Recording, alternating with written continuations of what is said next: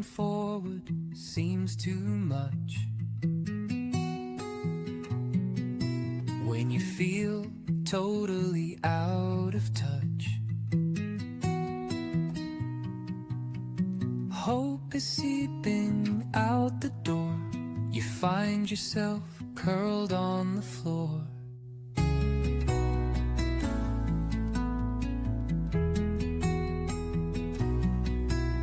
The thoughts swirl round all jumbled and messed. Why is this brain so darkly obsessed? I've secrets I've never confessed. Haven't told a soul I am depressed. A gentle whisper through the pain. Remember, rainbows follow rain. Breathe deeply, hold on tight. Your hope will return, shining bright. Embrace the now, release the past. In forgiveness, peace will last. You matter deeply, you're not alone. Reach out, let your strength be shown. Hello there. I'm so happy to be Hey. back with you today. It's Elaine Lindsay of Suicides and Forgiveness, and today we are here with my guest, Rashi Nayar. This will be one of those where I get to learn along with you. Rashi, thank you so much for joining us. Thank you so much for having me, Elaine. It's a pleasure to be here.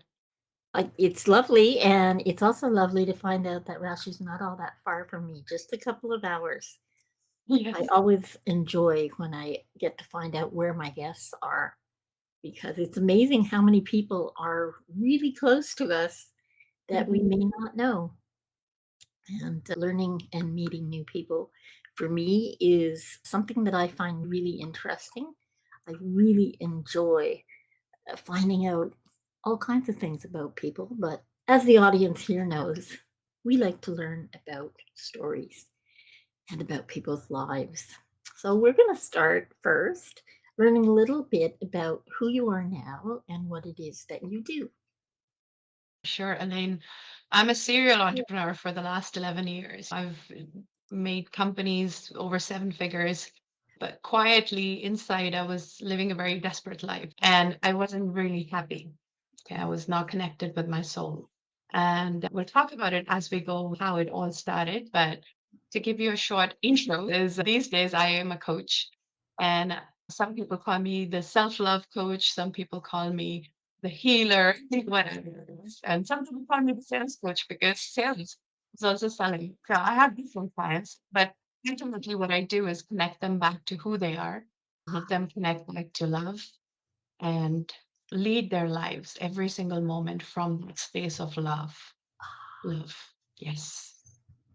That's absolutely beautiful. And it's interesting to me because most people may not think of sales and sales coaching and marketing and what have you in terms of love. Mm. But when you bring love to the table, whether you're marketing or selling or prepping content, it's always better when you can add a little love to the mix. Yes, indeed, indeed. Yes.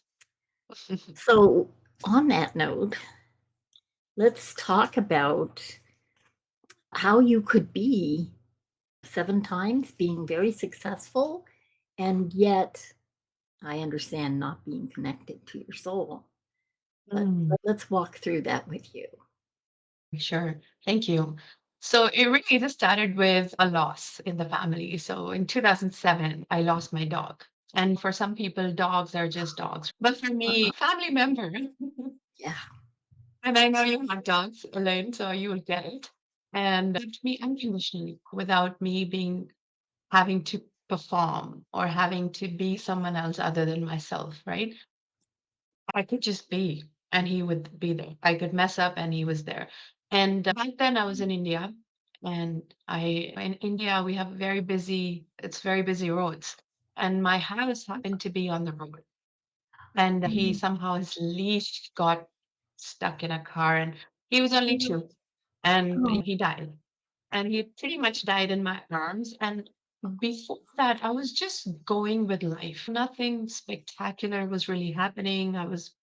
But that was the first time I experienced loss that profoundly and that deeply.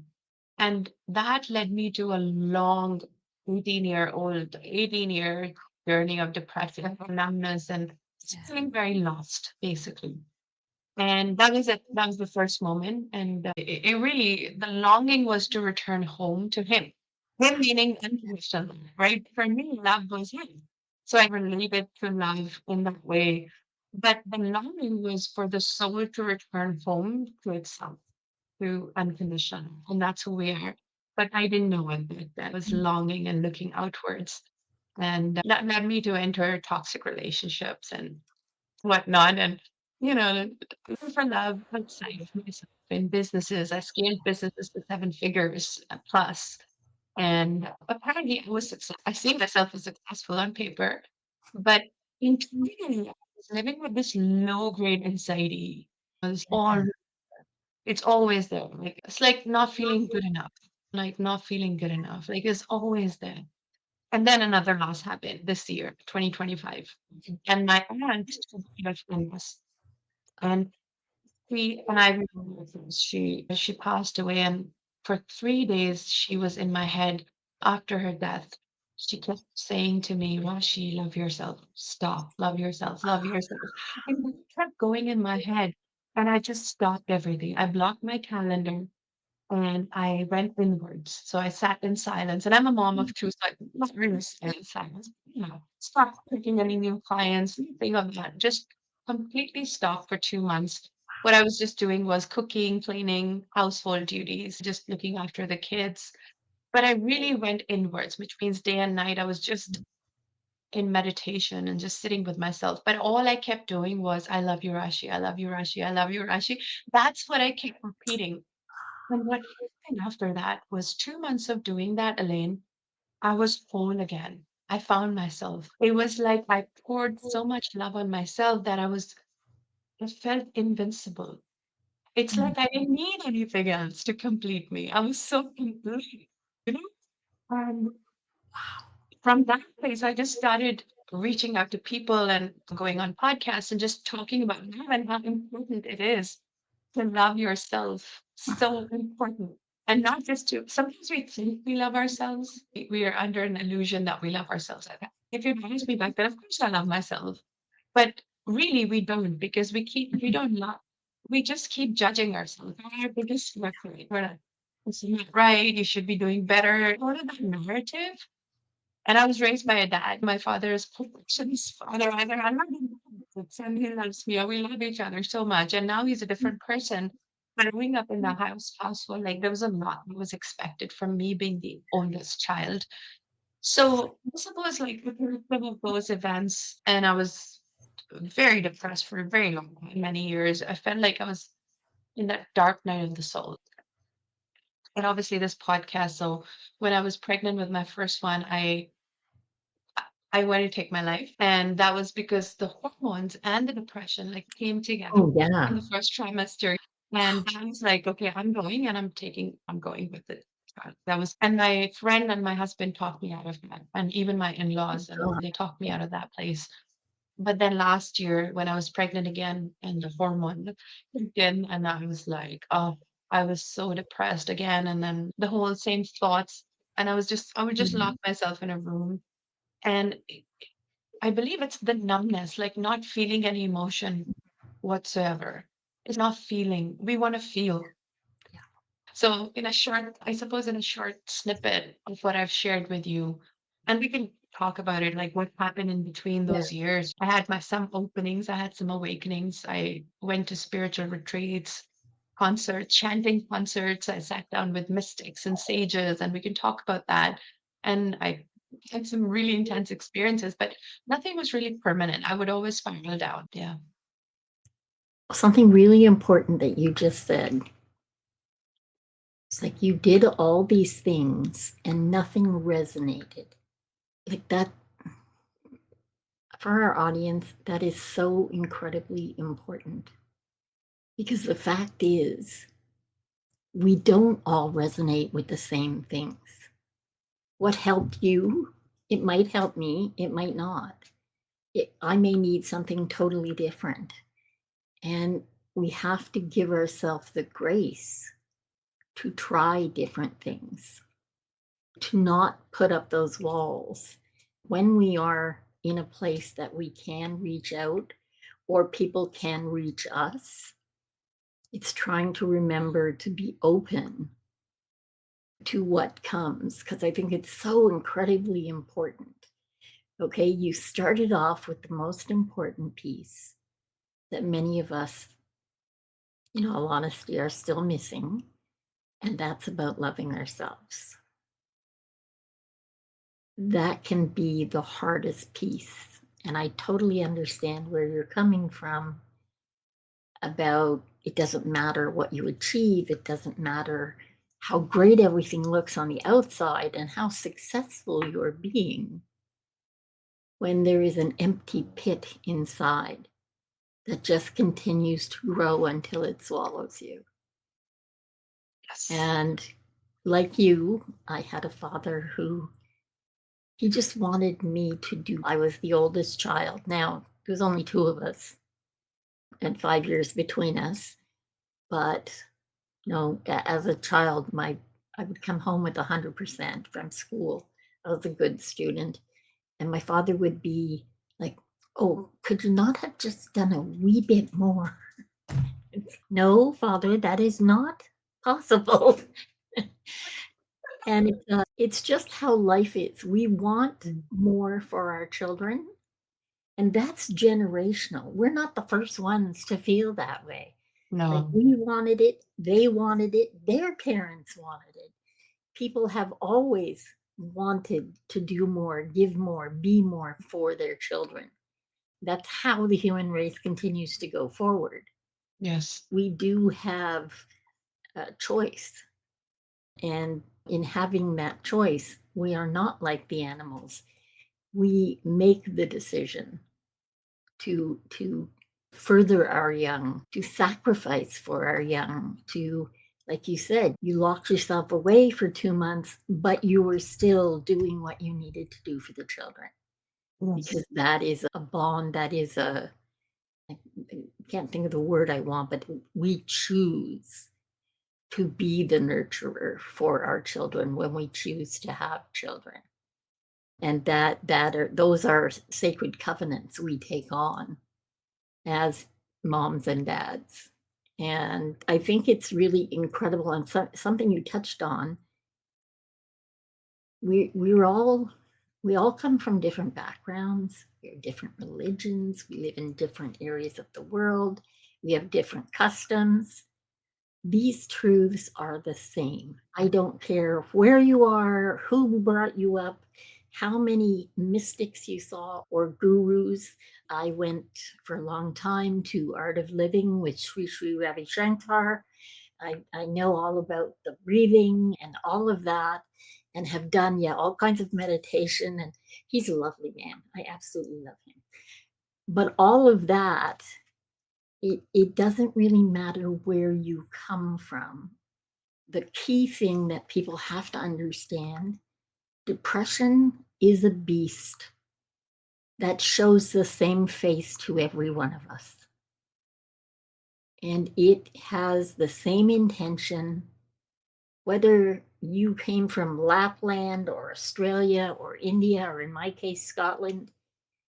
It is the same beast. It wants the same thing. It has no regard for us. And its main aim is to take over.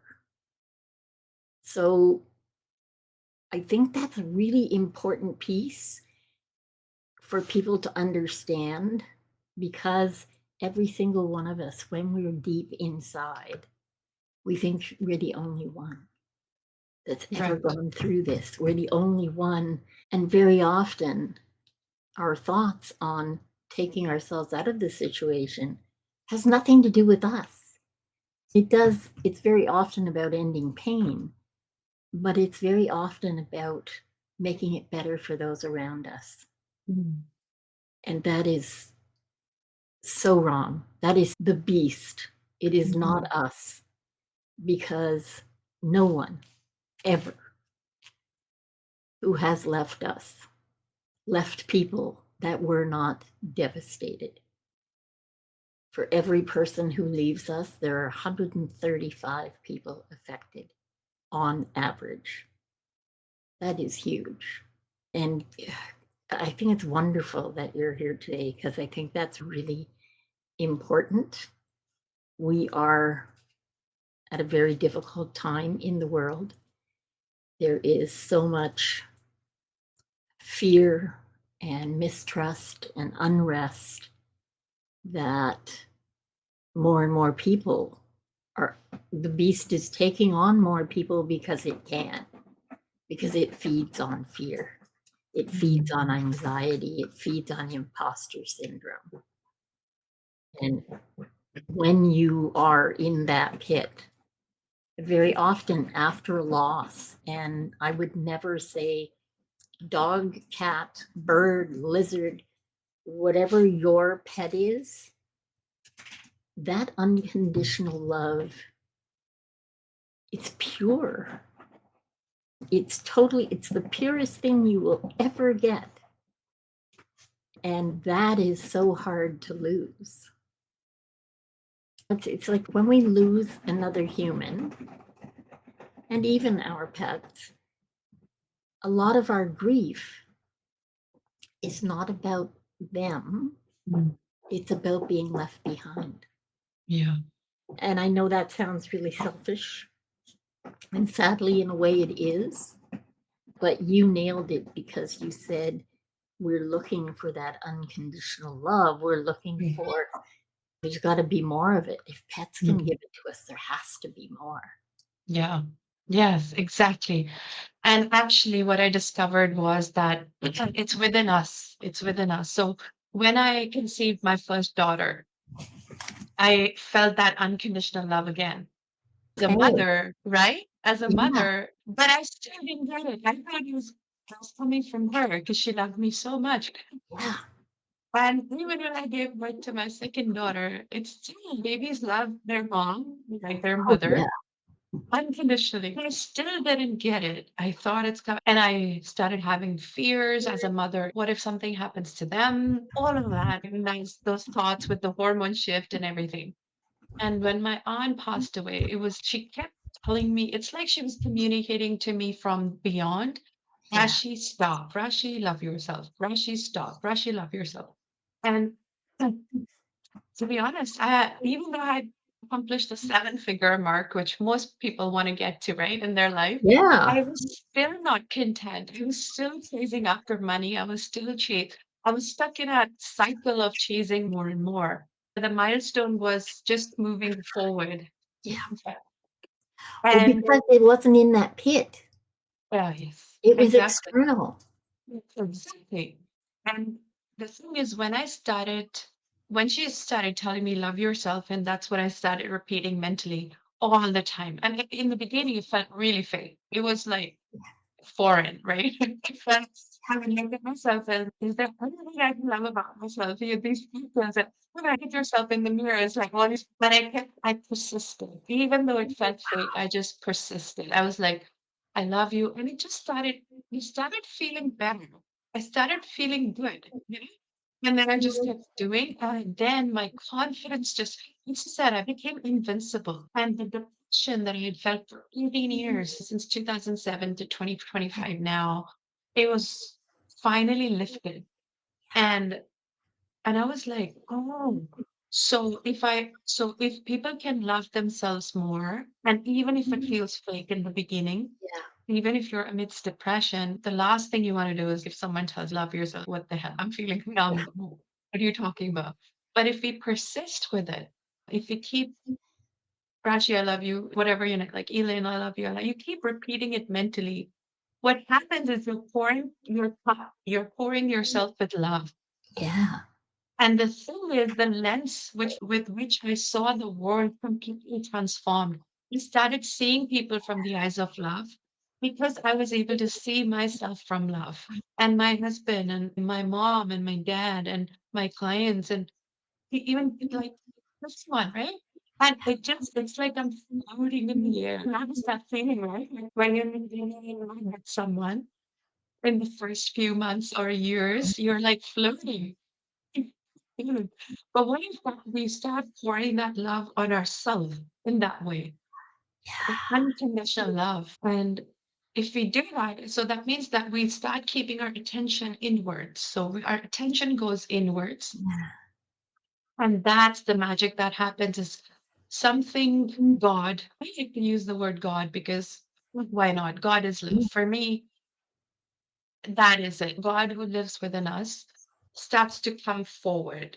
And we, the darkness, starts to, the lightness is the darkness, the light, there's light everywhere. It's like the darkness is gone. And even the darkness is dissolved into light. And then there's only light, which is love, Yeah, which is God. yeah. Darkness cannot exist in light.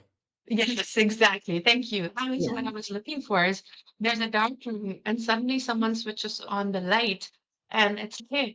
And it's that is what people can experience when they start mentally repeating to them. It's a very simple thing, right? I love you. I don't feel it, but sure. Even though I don't feel it, I still love myself. It's like we're not looking to feel something in that moment, right? We're yeah, just saying it as a mental concept. Just and even if we're not feeling, I kept telling myself, yeah, sure, even if you're not feeling it, I still love you. Even if you're not feeling it, even if you're having these dark thoughts for this someone, even if you're feeling angry, I still love you. Even if you're feeling jealous, I still love you. And I just telling myself that no matter what thought or emotion you experience, I love you unconditionally. So my dog would leave me, right? Like if you're angry at him, he would still love me. If you're jealous, he would still love me. So yes, love ourselves like that. Why can't we love ourselves like that? You yeah, know, seriously. Mm. yeah. What you're talking about is when you see someone who is confident and sure of what they have to say, and they love themselves. Yeah, That's the whole point.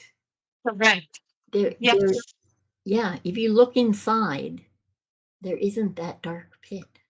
Mm. They have filled that pit with light. Wow. That's it. And that's what you said about sales coaching. And so I have a lot of clients. I tell you, it's so exciting and it's so interesting. So I have a lot of clients who are coaches and they feel sales calls the most sleazy, the most gimmicky thing in the world. Yeah. But then that frustrates me. So, you're reading from the scripts and it's like you, when a person says, oh, I don't have the money, and then you handle the objection. So it's really mad. It's so beautiful. So what happens. I'm going to give you a live example, right? We do in sales calls, and there's this incredible human in front of us that all we are saying is we can just hopefully close them. That's the thought process, and that is fear driven. It's like there's a line within us, and hopefully they can do that with me or whoever. But what if we see ourselves first from the eyes of love? Okay. First of all, it's courageous that just because sales call, that in itself is an act of courage.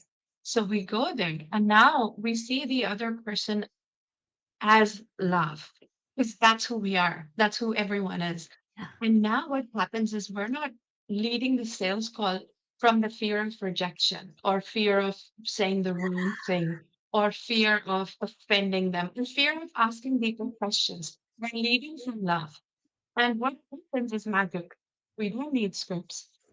We go there, and when they have one of these money objections or whatever, because it's not sure to have them, right? Like some people really cannot afford the thing that Yeah. you're selling, which is genuine. So now, when you're reading and seeing them from the eyes of love, now you ask better questions. You get asked bold and questions that are coming not from fear but from love, right? And now that sales call turns into a whole nother thing.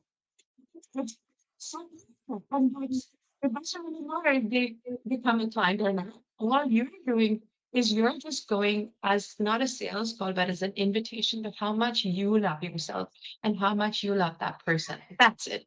And from that space, it's like magic. The questions pop out of you, boo boo.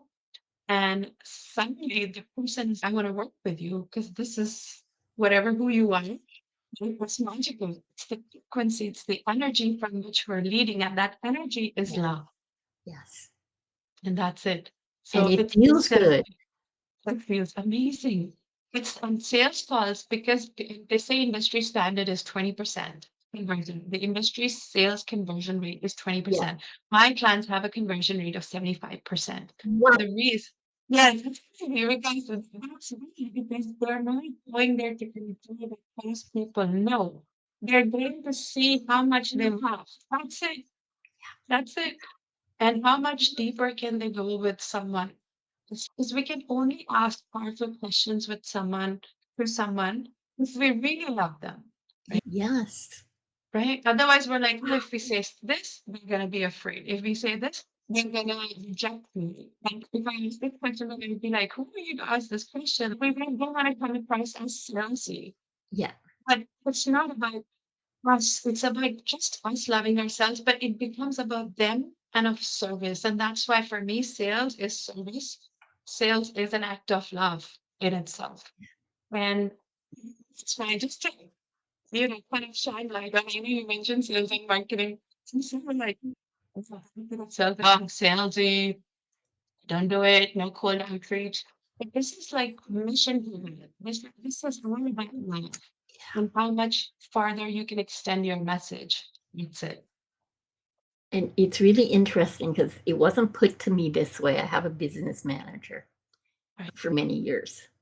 And she used to say, you are doing your clients a disservice by not allowing them the opportunity to work with you and take your expertise. Mhm. You took the time to learn that because you love it and you want to pass that on. So it's essentially what you're saying, you're just taking it deeper to the true heart of why we do what we do. Yes. If you're making sales calls and you're on a desk and you're just doing it because you have to do it, that's a very different thing. Yeah. But as entrepreneurs, especially when you love what you do, when you love passing on that knowledge to others, it's very evident. And So I true. think understanding that you're leading with love, Yes. I think would make it a lot easier for people to get comfortable. And Mhm. wow, 75%, that's absolutely amazing. Yes, indeed. And that's what it is about. It's all about love. One of my clients, he had worked with a lot of sales trainers and sales coaches. So he had invested a lot of money. Yeah. And then he came to me because that was pretty much last hope. And I told him the principles, the values are completely different because sales is all about being pushy and Yeah. using those scripts. And and this was a completely different game. He's like, it's like, how much do you love yourself? He's like, "I'm doing," and now he's like making anywhere between 16 to $25,000 a month. Just or and the thing is, he's not going there. How many people can I close? Because when it's Yeah. right, it's just not. It's okay. How much can I really love myself and that other person on the call? And serve. Exactly. How can I serve? And now, and this guy, in some ways, a career coach. So he helps people get those like better jobs and Yeah. stuff like that. So now, because he's closing more, let's say signing up more clients, these clients are benefiting by working with Yeah. him. They're getting better jobs, and I think freezing the whole economy is getting better. They're more leverage. And that's what it is we don't understand that sales is not about us being a certain way. No, that's not what it is. Sales is just about how much we love ourselves, how much we believe that our work is transformational. And if the other person gets it, their whole life is going to transform, right? because Yeah. they're not just going to, for me, they're not just going to lead their business from love. They're going to lead their So, relationships yeah. themselves. Everything is going to transform, and we're just going to be a happier society in general. So love is the foundation of everything, really, not just relationships, but love is sales, it's marketing, it's literally the essence of who we are. And my thing for years in business was integration. You have to be congruent with who you are and what you offer and all those things. And it took a really long time because I had to work with a spiritual mentor Mm, who she didn't quite put it the way you have of loving yourself, but she got me to stop being brutal to me because the talk that went on in my head today, I wouldn't even repeat. I would not say that to someone I hated. mm, And it was so bad.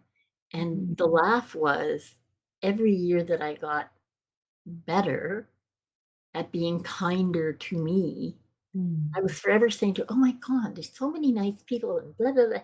And she'd just laugh. She goes, "They're not any nicer. You can just see them now," which is so Exactly. true. And you open your eyes to those around you. And it's the love that opens your eyes Yes. so you can see the love around you. Exactly. When you change, the world around you changes. Yeah. That's the truth. Our lens completely changes and we see ourselves in a different light. The confidence goes up. And now we are able to make a bigger impact in this world. And I always say, if I can, someone who's been in depression for 18 years can do the same. Someone who's just fresh in depression can definitely. It doesn't matter like how long depression's depression. If you're feeling numb, it's hard to do anything. It's just we just want to feel something. And but the more mentally we repeat to ourselves, I love you, it starts becoming a reality. Yeah. I love you even if you're feeling numb. I love you even if you're depressed. This is like really, it's like we are owning and bringing the shadows with it. Even the shadows, the Yeah. depression, the darkness, they're all shadows. So what we're doing with love is we're shining light on them. Yeah. Yeah. So the hardest thing for people to do is when they are depressed, they are not even that accepted. That why them? Yeah. Why them? Why they are numb and why everyone else around them is really happy and what and that is the most important thing is okay, I love myself even if I'm depressed. Yeah. I love myself even if I'm numb. Now that might feel fake in the beginning, but the more we do it, the more it's like, hey, there's no problem. Where I'm not broken for being depressed. What's the problem? It's the problem that we have. It's the mind that comes in and says, this is a problem. You're Yeah. broken. You're not whole. Yeah. That's the problem. It's the problem. And none of us are broken. Yes. What's really interesting, 2015, around there, I went to I don't know, some event, a daytime. There was meditate, all kinds of things involved. And one of the speakers said, she was talking, not quite what you're talking about, but she was talking about walking into a more confident person, becoming something else. And she said, I couldn't do the fake thing about saying, I am, I am a businesswoman, I am successful, I Mm, am. She said, but what I realized I could say was, I am the type of woman who can. mm, And that was like a little baby step yeah. into becoming I am the woman who is. Wow. And it's really it's interesting to me when you find these little interim little tools that you can build on the other tools that you have, like the meditation and the breath work, and Yes. now loving yourself. Maybe the first one, if it feels too false, you can say, I am the type of person who loves Mm, myself until you can get to a place where you can just love yourself. Yes, I love that. This is so beautiful. That's the baby step, right? Yeah, yeah. Wow. Love it. That Beautiful. very cool. Very cool. Very And I cool. love the fact that you have a lot of backstory and there's years of stuff, but you took it in hand just recently, and it's very obvious how happy you are. And how old are your kids? So my older one is 4 years old. She's a girl. And then I have another girl who is 8 months old. And yes, it's until June. June is the event where there was an airplane crash that happened in India in Ahmedabad. And that was the same one day before my aunt passed away. And the same day, the second day, it was like at night, my aunt passed away. And the second day, the airplane crash happened. Oh And my I was God. like, and it was like a blow to my system. Somehow I Yeah. felt there was the need for me to stop and look within because I kept hearing her voice like, Rashi, love yourself, Rashi, love yourself. And it's June, right? So June, July, August, and now we're in September. So months of just continuous Yeah. repetition of this can really not just bring you out of the hole, it can you can start making an impact. I'm going on podcasts now. I'm going on a TV show. Yeah. I've written my first book, which is not published yet, so I'm not going to I'm still crossing the name. I got my first book on love and helping people return back to love. And that's all within the last 3, 4 weeks. So I feel invincible. I feel unstoppable because the force of love is there, and I feel like I can contain the whole world is within me. I can really do so much. And I'm still a new mom and I still have the household. So I get maybe 3 to 4 hours to work on and in my business these Yeah. days because of the lifestyle we have. But it's enough. It's enough. Like even 20 hours a week is enough to make an impact. So Oh even yeah. time is no excuse. It's like you become so much infinite. It's infinite and it's hard to explain, but it's a feeling that you get to feel when you start doing this. So Yeah. if someone is here is listening and they're in the darkest moments of their life, if there's one thing, it's like, hey, you know what, if you can really just stop repeating this thing, or like Elaine said, that I can love myself. And even if it feels too much of a stretch, I love myself, is maybe find one thing that you like about yourself. Because we all have that one thing. Yeah. I love this about myself, or I love myself even if I don't love myself. How's Yeah. that? I Yeah. love myself even though I don't, because there are times, even now, there are parts of me that I haven't discovered that I can still love, Yeah. because it's a whole infinite good. And so in those moments, it's no, I don't love myself. Mine is like really loud. No, I don't love myself. No, I don't. So then it's like the voice, I love myself even though I don't love myself. That's it. And I think we will always find new bits of ourselves Yes. because what's the old adage? We're like onions. You peel away the layers and there's always Right. more, which is fine. And excuse me, that concept, okay, I want people to understand that everything's not rosy 24/7, Yes. but it's about how you handle those difficult moments. And Mm, the more you invest your time in you, the less you will have those moments. And you're able to rise above that and get to those moments. And for me, at the end of the day, being grateful for what's happened in the day. I have, and I'm paraphrasing here, these three little affirmations. The first one is, thank you. I am so grateful for all the blessings in my life, big mm, and small. That's the first. And the second one is, please release the negativity from today mm, and let me replace it with calm. mm, And the last one is, I want to wake up as a magnet for abundance, peace, and clarity. Thank you. And that's it. Three little affirmations beautiful. that just at the end of the day, and I'm usually thinking about what happened that day, what were the good things, what were the wins, what made me smile. And the more you do that, the Mm, more you see to be mm, grateful for, the more of those blessings there are. true. Yes, exactly.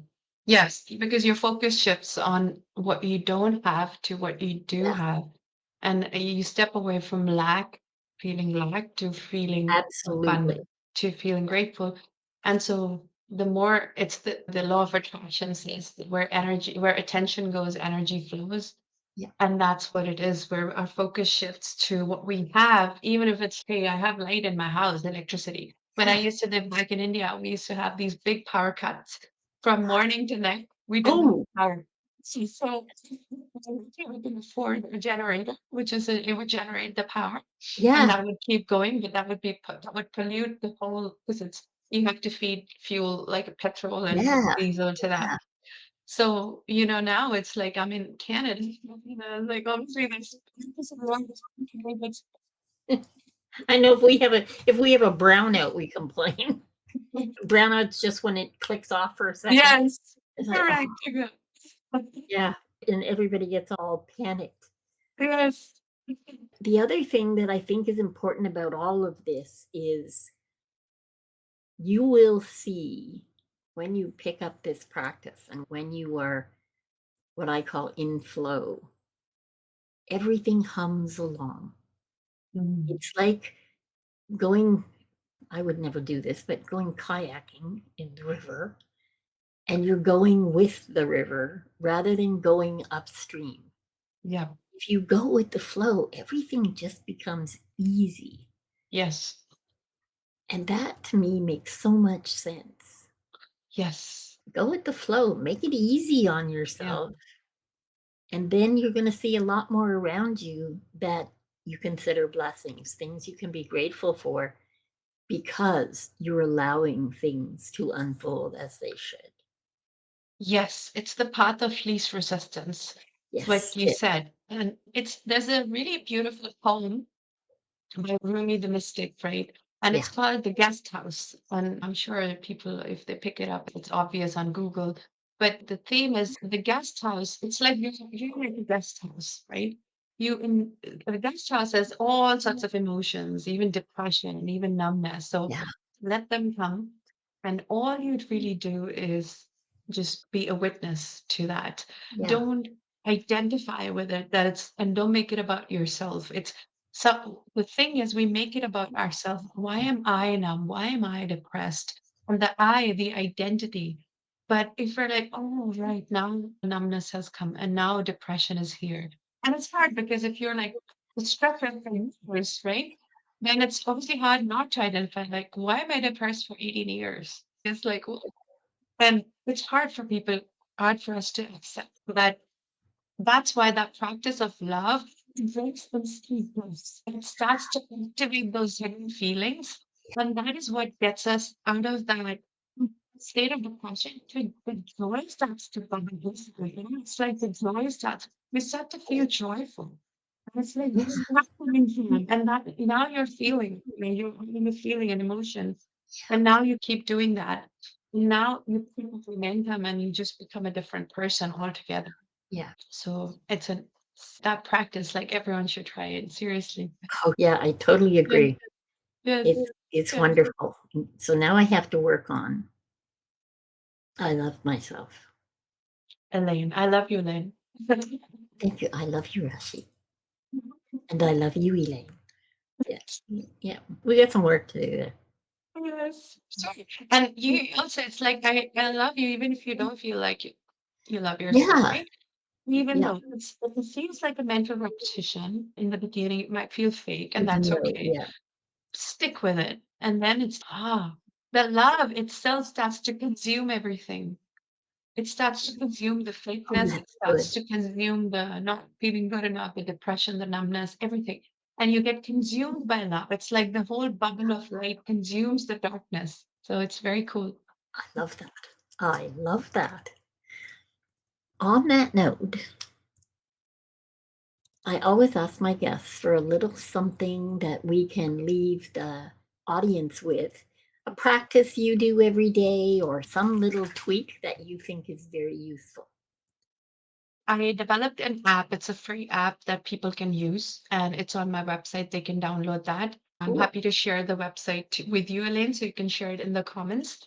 That app in itself gets you back to who you are in an essence. It's guided, like there's a lot of questions that you takes you through that journey. Love that. So that is an app. And then this practice itself is I love you. I love you. Even if I don't feel like it, I love you. That's what it's like a mental that tool in itself is everything you need. You start from morning. It has to be done first thing in the morning.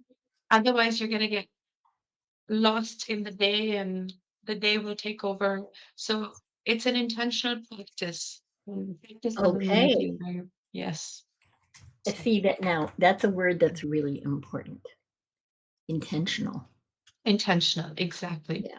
Exactly. So, Rashi Nayar Wellness.com. Did I get that right? Exactly. Okay, so like everything else we have, everything will be below us in the show notes, so you too can get a hold of Rashi.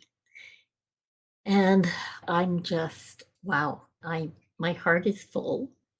I think it's wonderful that today has been all about love. It started out as a slightly difficult day today, and now I just see a lot more possibility and joy, which is always good. I love it Yes. when there's lots and lots of joy. I thank you so much for coming on and being my guest and bringing such love with you. It is palpable Mm. and it is very evident to me that you walk your walk, which I just think is absolutely wonderful. I love it when people embody what they bring. And I think that's super important. Thank you so much for having me, Lane. And you know what? When I look at you, you are already radiating love. I came on the show and I could see that. And that could be for age. Sometimes when people get older, they just start embodying that love. Even if they don't feel it. It's like they become radiant. And that's how I see you Oh, today. thank you So so much. Well, yeah. I do have a great deal of love for everyone else. So there has to be some for me in there. Yes, it is. I believe I'm very blessed. On that note, I am going to say thank you to our audience for being with us today. Rashi Nayar is someone that you should definitely check out. Like I said, the website you can see right below us. And in the show notes, you'll find everything you need to know about Rashi and how to get in touch with her. So for now, we're going to bid you adieu. And I am, as usual, going to say, please make the most of your today every day. And we'll see you next time. Bye for now. Bye. Thank you for being here for another inspiring episode of Suicide Zen Forgiveness. We appreciate you tuning in. Please subscribe and download on your favorite service and check out SZF's YouTube channel or Facebook community. If you have the chance to leave a 5-star rating or review, it'd be greatly appreciated. Please refer this to a friend you know who may benefit from the hope and inspiration from our guests. Suicide Zen Forgiveness was brought to you by the following sponsors. Truel Social Media, the digital integration specialists. Let them get you rocking page 1 in the search results. Canada's keynote humorist Judy Croon, motivational speaker, comedian, author, and stand-up coach at Second City. Judy has been involved for over a decade in the City Street Outreach Program in Toronto. Do you have a story to share? Do you know someone you think would be a great guest? Please go to szf42.com. And for our American listeners, that's szf42.com. Thank you for listening, and we hope to see you again.